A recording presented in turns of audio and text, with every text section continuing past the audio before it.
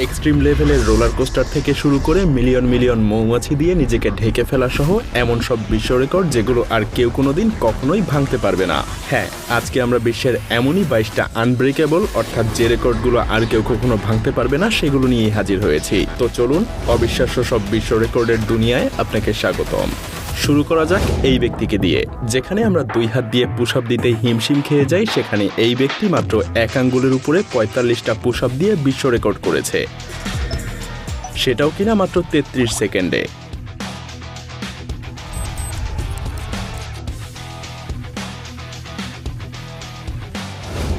একবার চিন্তা করে দেখুন কতটা শক্তি আর ফ্লেক্সিবল হলে এমনটা হতে পারে। কেউ কিভাবে এমনটা করার চিন্তা করতে পারে, সত্যিই অবিশ্বাস্য। বাচ্চাটা এভাবেই 145 মিটার দূরত্ব অতিক্রম করেছিল, সেটাও কিনা মাত্র 30 সেন্টিমিটার উচ্চতার নিচ দিয়ে।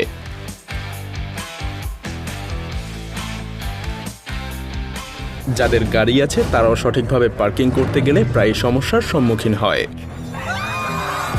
কিন্তু এই ব্যক্তি না, কারণ এই ব্যক্তি পার্কিং করেই বিশ্ব রেকর্ড করে ফেলেছেন। গাড়ি পার্কিং করার পরেও 8 সেন্টিমিটারের মতো জায়গা অতিরিক্ত ফাঁকা ছিল। আর এই ব্যক্তি বিশ্ব রেকর্ডকে যেন নেক্সট লেভেলে নিয়ে গিয়েছেন। তিনি 108 তলা উচ্চতা থেকে বাস্কেটবল ফেলে মাটিতে থাকা লক্ষ্যভেদ করতে চেয়েছিলেন, কিন্তু এটা তো অসাধ্যকে সাধন করার মতো কাজ।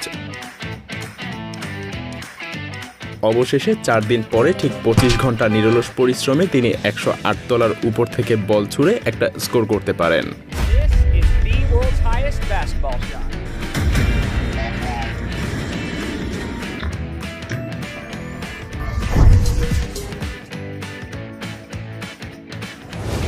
এই ট্র্যাকটা তো মাটিতে চালানোর চাইতে যেন শূন্যে ভাষাতেই বেশি কমফোর্টেবল লাগবে।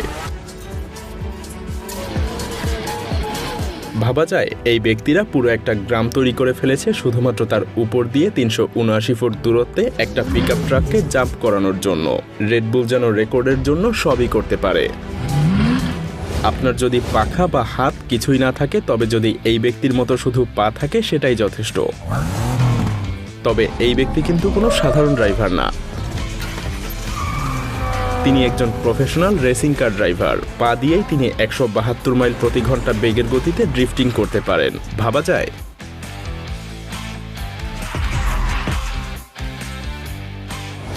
যেখানে বেশিরভাগ ড্রিফটিংই মাত্র কয়েক সেকেন্ড স্থায়ী হয়, সেখানে কিনা টানা 8 ঘন্টা ধরে ড্রিফটিং করা সম্ভব।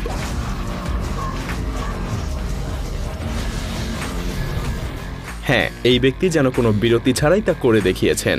BMW এর একটা টিমের মাথা থেকে 8 ঘন্টা ড্রিফটিংয়ের এই আইডিয়াটা বের হয়েছিল।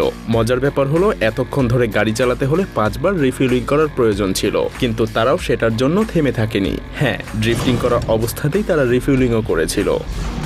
মাছ যেমন পানি থেকে বেরিয়ে লাফ দেয়, তেমনি এই ব্যক্তিরাও নিজেদের স্নোমোবাইল আর বাইক নিয়ে শূন্যে লাফ দিয়েছিল।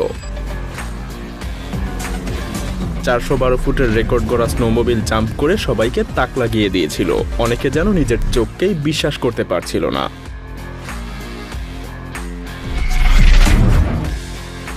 স্নোমোবাইল যেমন আকাশে ওড়ার জন্য তৈরি করা হয়নি, ঠিক তেমনি শক্ত কোনো দড়িও রাস্তায় থাকার কথা না। সার্কাসের জিমন্যাস্টিককে সত্যিকারের কোনো পরীক্ষায় ফেললে কেমন হয়? এভাবেই 2টা চলন্ত গাড়িতে রশি বেঁধে পার হচ্ছেন এই সার্কাসের জিমন্যাস্টিক।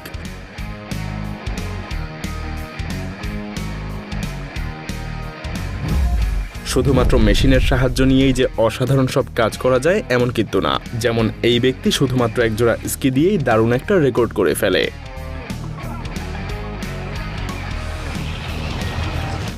একজোড়া স্কির সাহায্যে তিনি 253 মিটারেরও বেশি শূন্যে ভেসে অতিক্রম করে।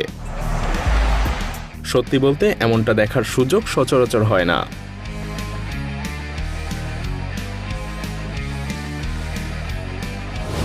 এমন একটা বিশাল আকার ইউনিসাইকেল আপনি হয়তো আগে কখনো চোখেও দেখেননি। 30 ফুট লম্বা এই সাইকেলটাকে ডাকা হয় মৃত্যুর টাওয়ার নামে। এই সাইকেলটা এতটাই বিপজ্জনক যে অফিসিয়ালি এটাকে এখনো স্বীকৃতিই দেয়া হয়নি।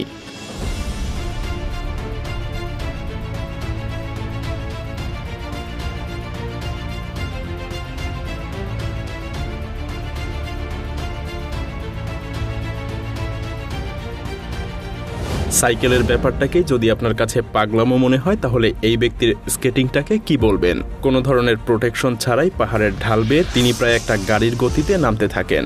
ভেবে দেখুন, ছোট্ট একটা পাথরে বেঁধে গেলেই খেল খতম। যদিও এমনটা হয়নি।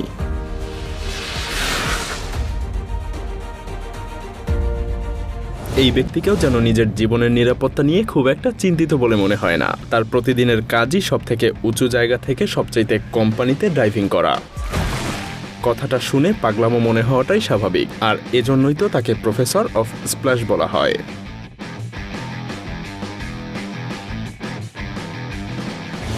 রোলার কোস্টারে উঠলে সবাই সিট বেল্ট বেশ কয়েকবার করে চেক করে নেয়, কিন্তু এই ব্যক্তিটা নিরাপত্তাকে যেন থোড়াই কেয়ার করে। শুধুমাত্র নিজের স্কেটস ব্যবহার করে সেভাবে পুরো রোলার কোস্টার লাইনটায় উঠে পড়ে। অসম্ভব গতিতে রোলার কোস্টারের মতো দুপায়ের উপরে ভর করেই পুরো লাইনটা ঘুরে রেকর্ড তৈরি করে।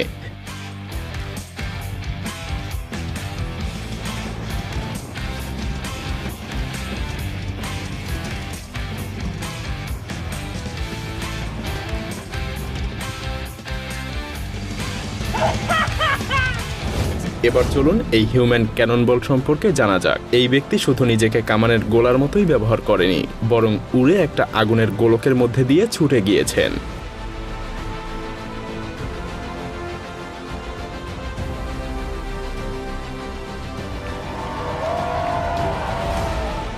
মৌমাছির কামড়কে কে না ভয় পায়, তবে শুধু এই ব্যক্তি বাদে, কারণ এই ব্যক্তি নিজের পা থেকে মাথা পর্যন্ত সম্পূর্ণ মৌমাছি দিয়ে মুড়িয়ে ফেলার সিদ্ধান্ত নেয়, আর সেই মৌমাছির সংখ্যা ছিল প্রায় 10 লাখেরও বেশি। আপনার কি মনে হয় এই রেকর্ডটা আদৌ কি আর কেউ কখনো ভাঙতে পারবে?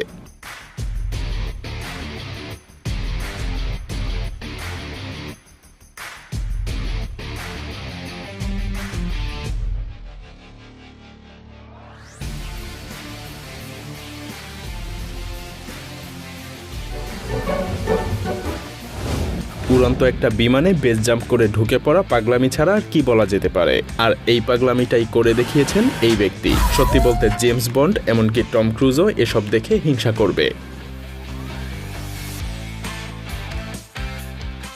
আমরা যখন কোনো দুঃসাহসিক কাজ করার কথা ভাবি, সত্যি বলতে এমন কিছু চিন্তাতেও রাখি না, কিন্তু এই ব্যক্তি তার দুঃসাহসিক কাজের জন্য নিজের প্লেনটাকেই বেছে নিয়েছেন। হ্যাঁ, তিনি একটা টানেল তৈরি করে প্লেনটা চালিয়ে এসে নিখুঁতভাবে আরেকটা টানেলে প্রবেশ করে। তিনি যেন একটা জিটিএ স্ট্যান্ডকে বাস্তবে করে দেখিয়েছেন।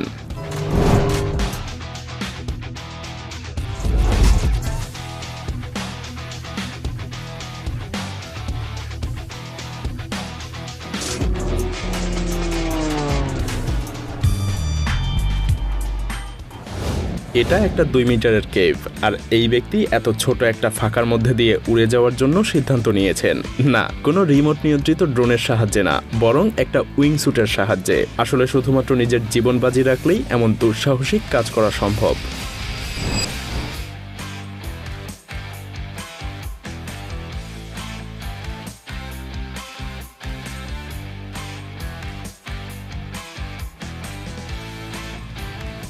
সাধারণত 172 ফুটের উপরে উঠলে তাকে সেফটি হার্নেস দিয়ে বেঁধে রাখা হয়, যাতে কোনো ধরনের দুর্ঘটনা না ঘটে। কিন্তু আমি যদি বলি এই ব্যক্তি এতটা উচ্চতা থেকেই ডাইভ করবে, হয়তো আপনি বিশ্বাসই করবেন না। ওকে, নিজেই দেখে নিন।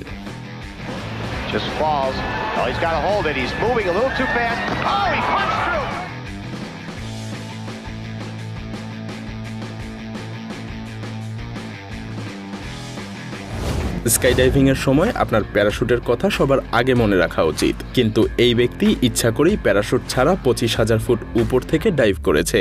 যদিও তার জন্য একটা বিশাল জালের ব্যবস্থা করা ছিল, তাই তিনি নিরাপদে মাটিতে নামেন, কিন্তু ছোট্ট একটা ভুলের কারণে তার প্রাণনাশের সম্ভাবনা ছিল।